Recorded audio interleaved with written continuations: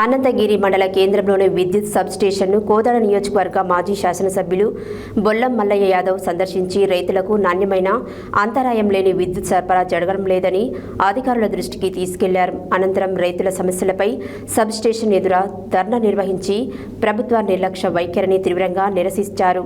అనంతరం రైతులతో round table సమావేశం నిర్వహించారు. అనంతగిరి మండల కేంద్రంలోని విద్యుత్ సబ్ స్టేషన్ను కోదాడ నియోజకవర్గ మాజీ శాసనసభ్యులు బొల్లం మల్లయ్య యాదవ్ సందర్శించి రైతులకు నాణ్యమైన అంతరాయం లేని విద్యుత్ సరఫరా జరగడం లేదని అధికారుల దృష్టికి తీసుకెళ్లారు. అనంతరం రైతుల సమస్యలపై సబ్ స్టేషన్ ఎదుట ధర్నా నిర్వహించి ప్రభుత్వం నిర్లక్ష్య వైఖరిని తీవ్రంగా నిరసించారు. అనంతరం రైతులతో రౌండ్ టేబుల్ సమావేశం నిర్వహించారు.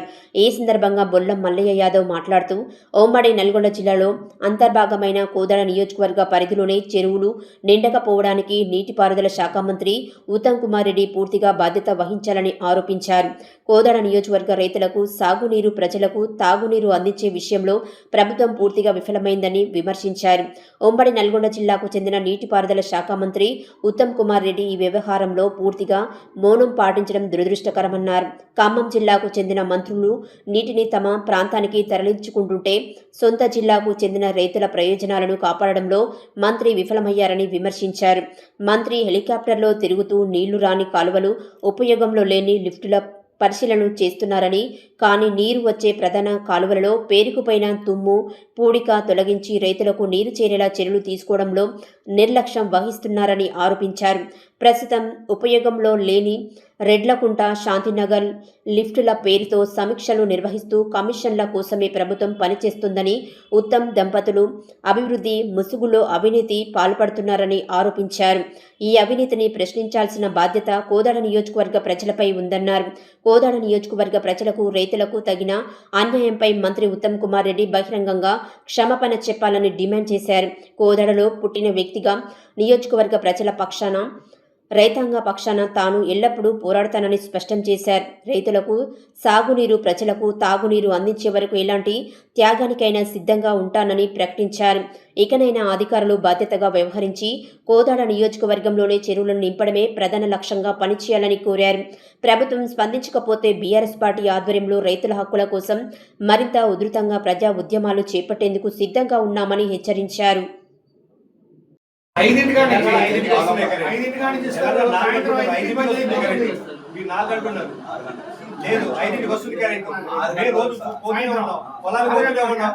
5 గంటలు కరెంట్ ఇచ్చి 4 గంటలు ఇస్తా అంటున్నారు. మాకు తెలియదు, మీరు చూడలేదు.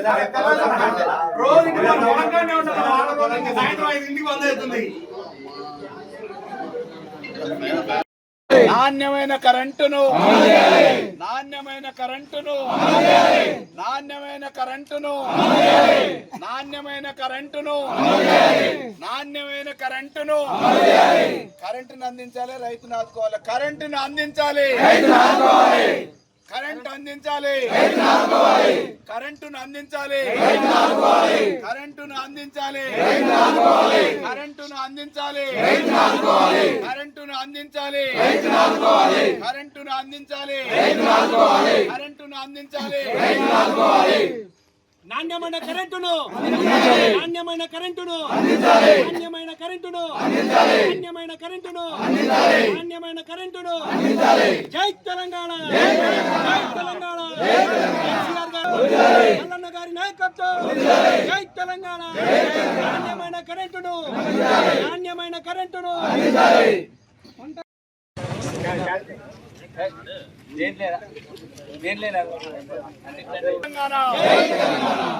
కేసీఆర్ గారి నాయకత్వం, కేసీఆర్ గారి నాయకత్వం. జై తెలంగాణ, జై తెలంగాణ, మల్లన్న గారి నాయకత్వం, మల్లన్న గారి నాయకత్వం. జై తెలంగాణ, జై తెలంగాణ. తెలంగాణలో ఈరోజు వ్యవసాయం చేసే రైతుల మీద తాటికాయ పడ్డట్టు, మూలిగే నక్క మీద తాటికాయ పడ్డట్టు సంక్షోభంలో ఉన్న రైతుకి నాణ్యమైన కూడా కరెంటు ఇవ్వలేకపోతూ ఉంది ప్రభుత్వం.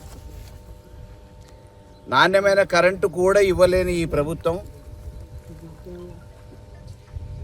రైతాంగాన్ని మేము ఆదుకుంటాము, ఇందిరమ్మ రాజ్యం, రైతు రాజ్యం అని చెప్తున్నారు. ఉండి లేని నీళ్లతోని పోసిపోయని బోర్లతోని ఊట ఊరక బావులిండిపోయి చెరువులు అడుగంటి నెర్రెలు బాసి ఒకవైపు ఎడారిని తలపిస్తూ ఉంటే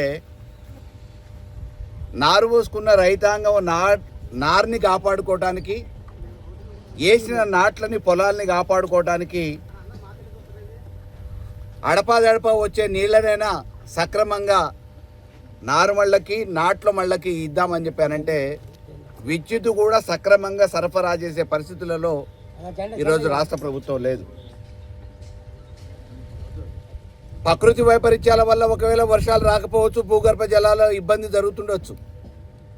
కానీ మానవ ప్రయత్నంగా బొగ్గు ద్వారా థర్మల్ ద్వారా మనకు తయారయ్యే ఈ విద్యుత్తును కూడా ఈరోజు ప్రభుత్వం ఇవ్వటంలో వైఫల్యం చెందింది. దీనికి కాంగ్రెస్ ప్రభుత్వ నిర్లక్ష్య వైఖరి ప్రధాన కారణం. రైతుని అన్ని రకాలుగా హామీలు ఇచ్చి నట్టేట ముంచుతుంది ఈ ప్రభుత్వం. బోనస్ బోగస్ అయింది. రుణమాఫీ దేవుళ్ళ మీద ఒట్టేసి కూడా మాయ చేసిండు, మోసం చేసిండు.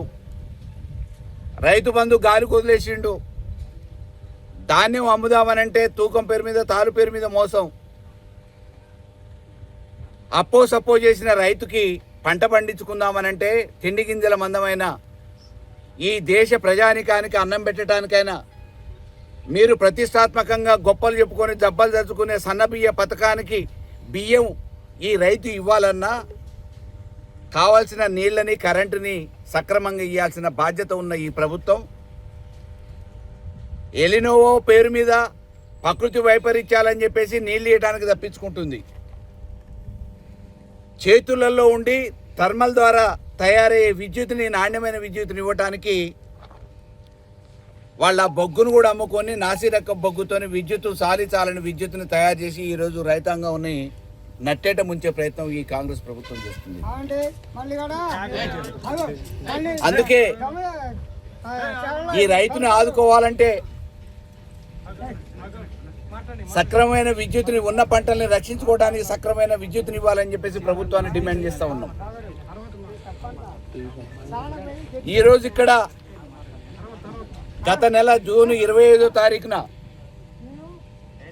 నల్గొండ, ఖమ్మం జిల్లా రైతాంగం ప్రజల్ని దృష్టిలో పెట్టుకొని తాగునీటి అవసరాల కోసం భూగర్భ జలాలు పెరుగుతాయి, పశువులకు మేతకు ఉపయోగపడుతుంది అనే ఉద్దేశంతో ప్రభుత్వం నిర్ణయం తీసుకొని ఒక టీఎంసీ నీళ్లను విడుదల చేస్తే ఏకంగా ఖమ్మంకి తుమ్మల నాగేశ్వరరావు గారు తీసుకుపోయారు.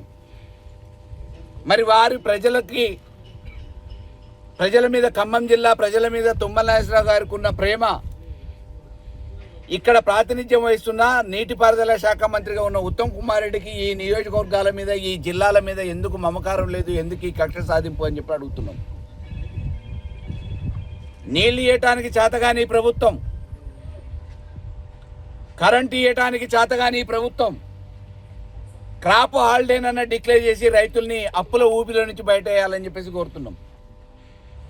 అప్పుల ఊబిలో కూరుకుపోతున్న ఈ రైతుని కాపాడటానికి ప్రభుత్వం ఇప్పుడైనా సక్రమంగా